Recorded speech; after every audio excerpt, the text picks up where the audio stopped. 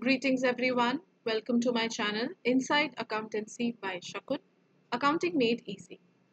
I hope that you have subscribed to my channel and you have hit the bell button also to be notified for all the important videos that I post.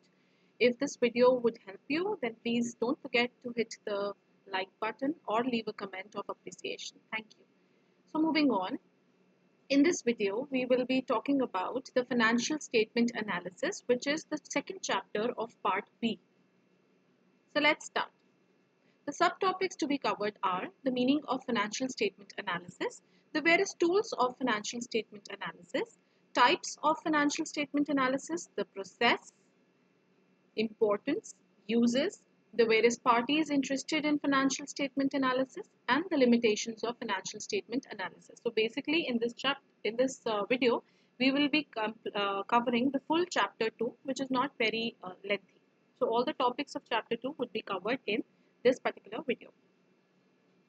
So what do you mean by financial statement analysis? Financial statement, as you all know, means the statements which help us knowing the financial performance as well as the financial position of a business concern. Now, these financial statements, they only provide the financial information in a complex form. Now, this complex information, it must be simplified, or it should be presented in such a manner that valuable inferences can be derived from there. So the financial statements which provide us complex data, financial data, it must be simplified for the purpose of analyzing it and for the purpose of making relevant decisions. So the analysis and interpretation of financial statements are an attempt to determine the significance and meaning of financial statement data so that forecast may be made, means we can decide about the future of the prospects for future earnings, ability to pay interest and debt maturities, both current and long term, and the profitability and sound dividend policy. So, analysis of financial statements, basically it is a systematic process in which we analyze the financial information which is presented in the financial statements in order to understand the concepts better and in order to take relevant economic decisions. Now, this analysis, basically it is a study of the relationship between the various financial values that are mentioned in the financial statements. For example, the relationship between assets and liabilities, the relationship between maybe current assets and current liabilities. So the relationship between the various financial values that are appearing in the financial statement, that can be understood with the help of financial statement analysis. So basically the complex data which is given in financial statements is divided, or it is broken into simple and valuable elements, and then we establish the relationship between these independent or related elements of the same statement, or it can be some different statements also for different years. So there are two terms that are involved here, analysis and interpretation. Both these terms are complementary to each other. That is, analysis is not of much use without interpretation of analysis. Now, what does analysis means? Analysis is concerned with simplification of the financial data. The data which is given in financial statements, we try to simplify it with the help of classification. And interpretation, it means that explaining the meaning and the significance of such financial data. So both these terms are complementary to each other and they are an integral part of financial statement analysis. Now let's move on to the next topic, that is tools of financial statement analysis. Now there are four tools of financial statement analysis. Comparative statements. Now what are comparative statements? Comparative statements basically they are, or they help us in making the horizontal analysis. Okay, horizontal analysis, why? It will be clear. Now these comparative statements, as the name itself is suggesting, they compare what it includes the comparative study of the various individual items or the components in the financial statements. Now what are the financial statements? The financial statements can be the balance sheet or the statement of P&L. So the various data, the financial data that is mentioned in the balance sheet and statement of P&L respectively, that data is compared for 2 or more years of the enterprise itself. So basically it's an intra-firm comparison that is made. So if we take up the balance sheet, then the various components of the balance sheet will be compared for let's say if there are 2 years, 2006 and 2007. So the various year data will be compared with each other in order to draw relevant inferences.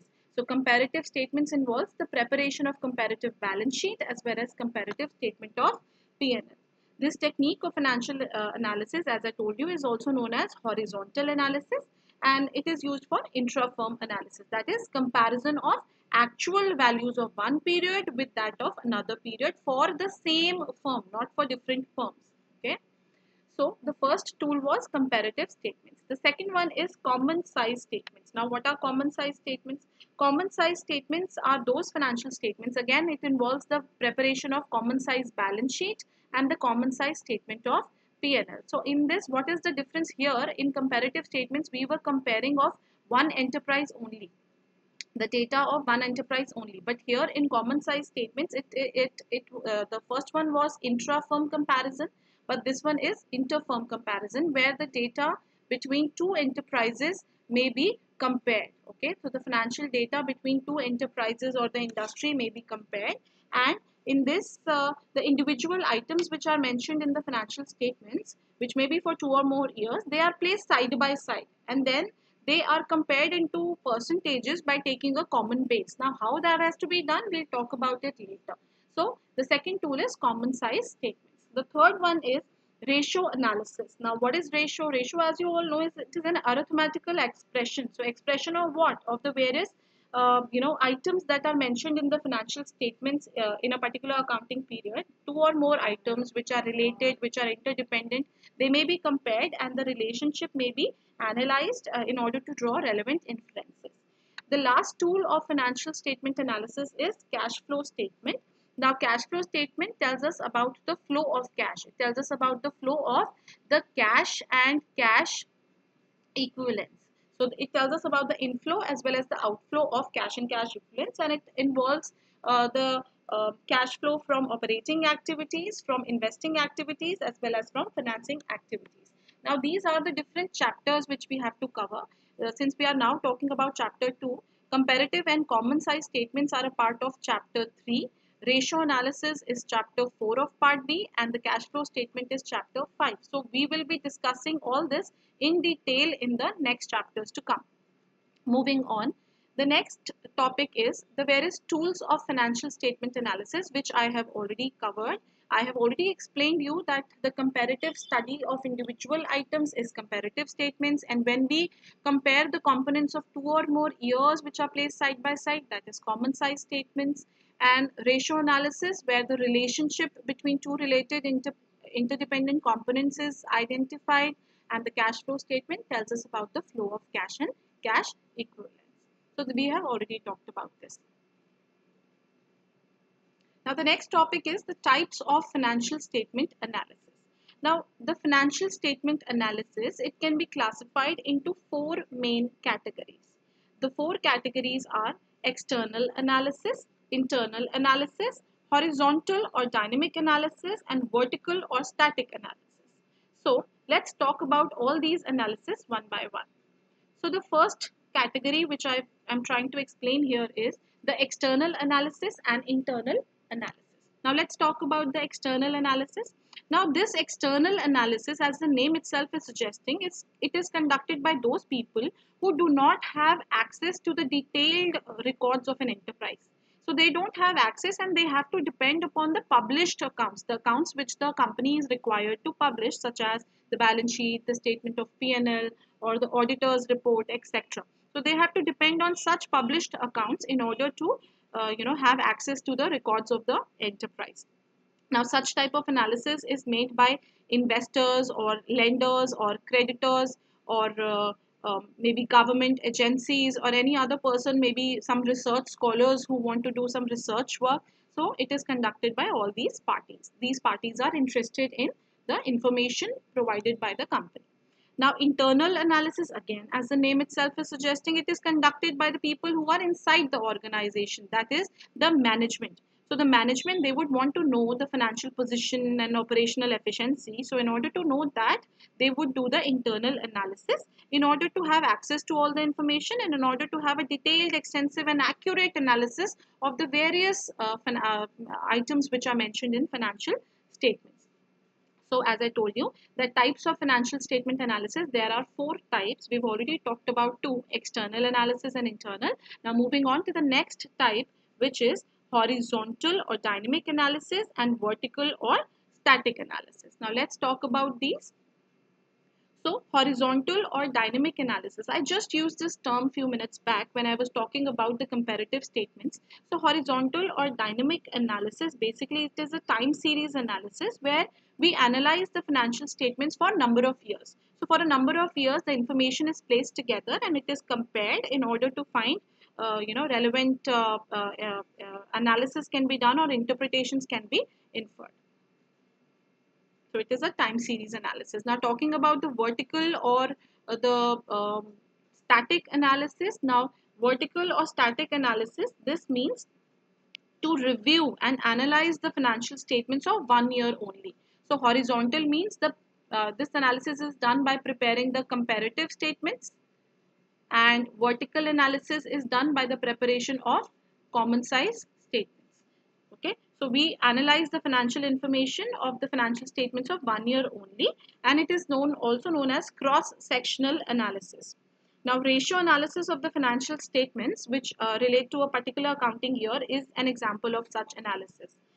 Such an analysis is useful for comparing the performance of several companies of the same type or divisions or departments in one enterprise. So maybe in one enterprise we may have different departments, we can compare the information, or we may compare our company with some other company. So even that can be done. This type of analysis can be used. So moving on to the next topic. So as I told you, there are four types of analysis, but there are two other analysis which are a part of these ones only. These are the intra-firm comparison and or analysis and the inter-firm analysis or inter-firm comparison. Okay. So intra-firm comparison, what does that mean? The comparison of the financial variables or information of an enterprise, of one enterprise over a period of time, is known as intra-firm comparison. This one is also known as time series analysis, or we also call it trend analysis, right? So this type of analysis is done of the financial statements of one enterprise only, but that can be taken for more than 2 years. Now coming to inter-firm analysis. Now inter-firm analysis, it means a comparison of the information between two or more firms. When the information of two or more firms or enterprises is done, that is referred to as inter-firm analysis, and it compares the financial variables of two or more enterprises or firms in order to determine what? We want to know their competitive position. We want to know that which one is doing better. So that from that perspective, we perform the inter-firm analysis of that where do we stand in the market, what is the position of our own business in terms of the competitors. It is also known as cross-sectional analysis. Now the next topic is process of financial statement analysis, that how the financial statements analysis is done. The process, it gives us the structural relationship of various items which are there in the financial statements. The main functions which are used in the process of analysis and interpretation, the main points of the process or the main functions which are performed are, first of all, rearrangement of financial statements. So in order to do analysis, it is very, very important to reclassify the complex data. As I told you that the financial statements gives us the complex data. So it is very important to reclassify, break them up, divide them into this complex data into something which is more purposeful, something which is more simplified. So so that the maximum desired information from every data can be extracted or obtained. So reclassification and rearrangement of different data, it depends upon, it must be done, and it depends upon what we are, or for what we are going to analyze, for the purpose of the analysis. The next step would be comparison. So after the classification of the data is done from the financial statements, they are classified into different categories. After that, what we need to do is then we need to obtain comparative data of the same enterprise of the past period. So once we have done the rearrangement, then we need to identify the data from the past periods of the same enterprise. We need to find out. Why? Because we are talking about a time series analysis. In case of cross-sectional analysis, it is necessary to obtain comparative data of the same accounting period but of different enterprises. So comparison can be done with two things, right? So either we compare it, either we make an intra-firm comparison or we make an inter-firm comparison. Either we compare the financial data of many years in the same enterprise, or we make a comparison of the financial data of one enterprise with the financial data of another enterprise. The next step is analysis. Now, why are we rearranging? Why are we comparing? Because we need to analyze them. The comparative financial data, once obtained, it is then analyzed with reference to what? With reference to the financial characteristics like profitability, solvency, liquidity. For example, in case of ratios, there are various liquidity ratios. There are two liquidity ratios, current ratio and liquid ratio. So for the purpose of analyzing the liquidity, the short-term liquidity, short-term solvency, these two ratios are calculated. So we need to analyze the data with reference to certain financial characteristics. The last step is interpretation. Now the concluding part of financial statement analysis is interpretation. That's the last step in the process. Now this interpretation is generated in the process of financial statement analysis. Now this interpretation, it should be precise and it should be directed towards indicating the movement of various financial characteristics. That is, if we talk about profitability, then we should know that is the profitability increasing or whether it is decreasing.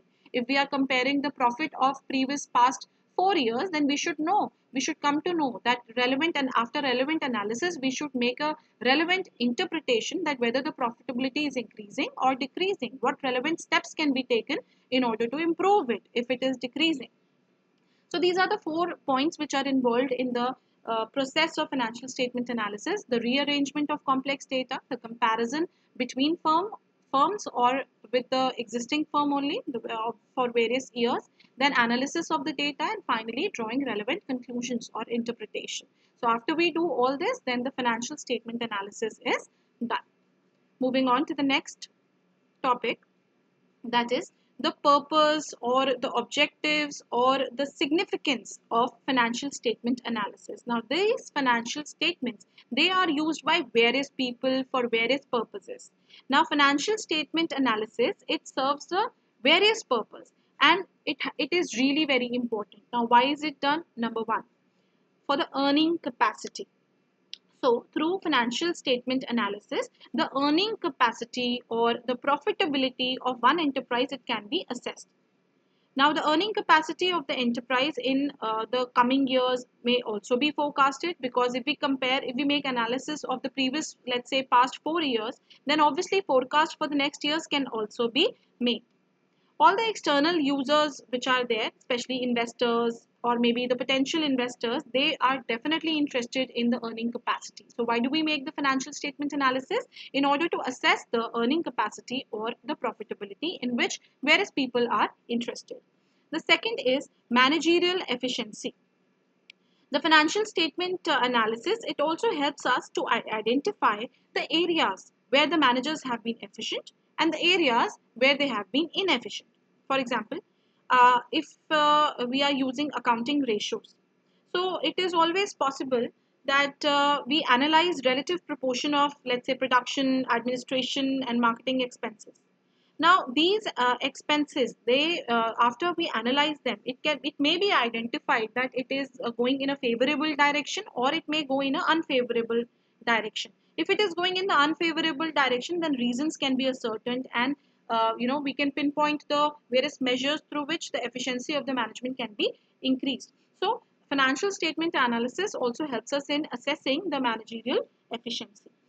Then it also helps us in assessing the short-term and long-term solvency of the enterprise. As I told you that while calculating ratios, there are various ratios which can be calculated, which tell us about the solvency of an organization in terms whether it is long-term or short-term. So we can come to know that what is the ability of the enterprise to meet its short-term liabilities, or what is the ability to meet the long-term liabilities. So solvency means the ability to meet the liabilities. So that can also be ascertained with the help of financial statement analysis. Now this one I've already explained, that inter-firm comparisons can be easily made with the help of financial statement analysis. Let's say we prepare a common size statement of industry A and industry B. So easily comparison can be made, which may relate to profitability or solvency or liquidity. These financial statement analysis also helps in forecasting about the future, taking relevant economic decisions, and making relevant budgets. So it helps in forecasting and preparing the budgets. Forecast of the next year's profit can be made. Forecast of the earning capacity can be made. So earning capacity of the past can help us in making forecast for the future.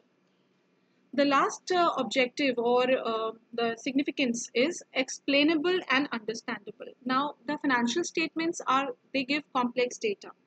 So financial statement analysis, they help in simplifying this data, which makes it easily understandable, and which makes it less complicated and easily understandable by the various users of financial information. Moving on. The next topic is uses of financial statement analysis. The first one is security analysis.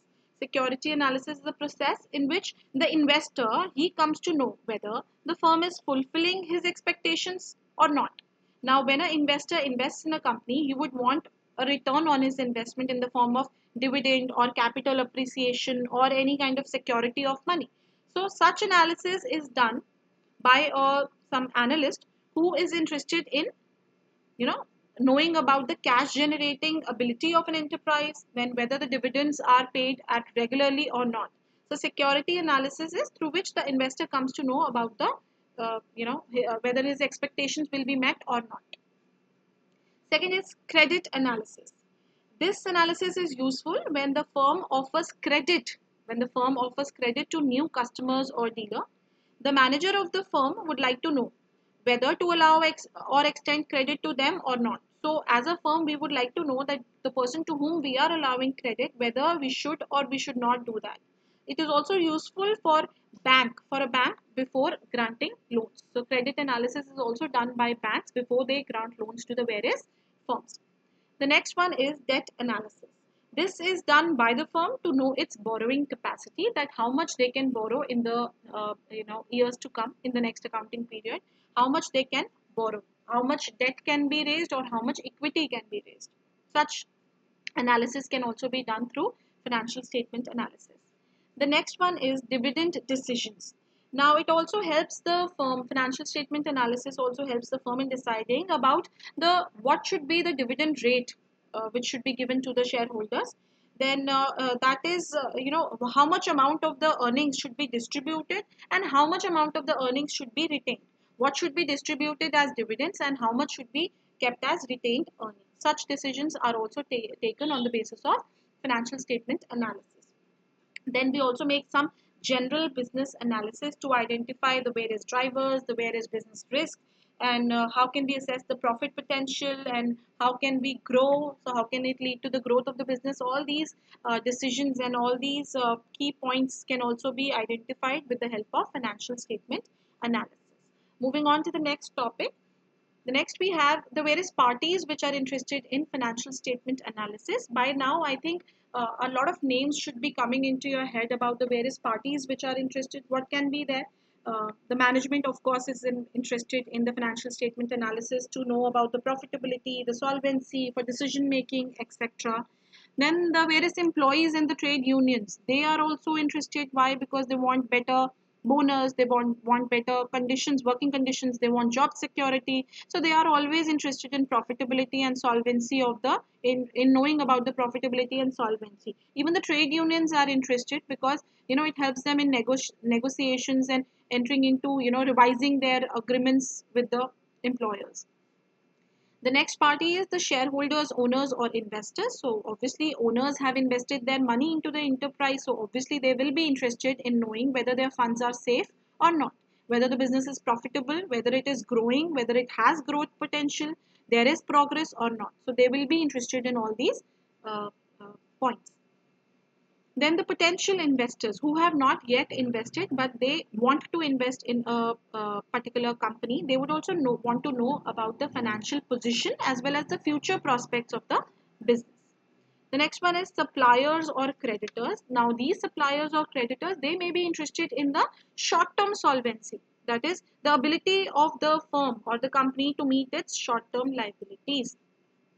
So this short-term solvency, it can be ascertained with the help of ratios by calculating various ratios, and on the basis of this analysis, they decide whether they should allow or extend credit to the enterprise or not. So these suppliers or creditors, they are also interested in financial statement analysis. Then obviously the bankers and the lenders will also want to know about the security of the loans that have been granted to the enterprise and whether they'll get back the interest or not. That is also very important. Then there are various researchers who analyze the profitability, growth, position, financial prospects, future prospects, etc. So they may be interested in analyzing the financial statements for such reasons. Then the tax authorities definitely are interested in ensuring that the enterprise pays the relevant amount of tax liability as per the law. Then the customers are interested in the information of the enterprise because they are into a long-term relationship with the enterprise and they are dependent on the enterprise. They would want to know that whether the enterprise is working well or not, since they are loyal to the enterprise. So these are the various parties who are interested in financial statement analysis. Now we come to the last topic, which is the limitations of financial statement analysis. So the first limitation is that it is a historical analysis. Why historical? Because it analyzes what has happened in the past. It analyzes what has happened till date. It does not reflect the future. So various persons or the various parties who are interested, like shareholders, investors, etc., they are more interested in the future performance. They are not concerned about the past. Second is it ignores the price level changes. Now, the price level changes and the purchasing power of money, they are inversely related. Now, a change in price level makes analysis of financial statements of different accounting years invalid because accounting records ignores the change in value of money. Since the change in value of money has not been incorporated, so therefore there's no point comparing today with 4 years back. So the profit of today and the profit of 4 years back should not be compared because the price level changes have not been incorporated. Now, the qualitative aspect is ignored. Now, these financial statements, they are related to the monetary matters alone. So everything monetary has been recorded in the financial statements. The qualitative aspects, such as the public relations or the quality of staff, the quality of management, etc., they are not given any consideration. They are not recorded in the financial statement. So the qualitative aspects are ignored. Then it suffers from all the limitations of financial statements. You remember in the financial statements also we had talked about the limitations. So the analysis of financial statements is based on the information that is provided from the financial statements. Hence, this analysis also suffers from all the limitations which the financial statements have. So, unless the basic data which is given in financial statements is reliable, the conclusions which are derived also they will not be reliable. So if the financial statements are accurate and reliable, then the analysis would also be reliable. Otherwise, it will be of no use. So not free from any bias. Why? Because the accountant, he has to make a choice out of the different options that are available. Like the method of depreciation which is to be used, then the method of inventory valuation, etc. So he has to make that choice.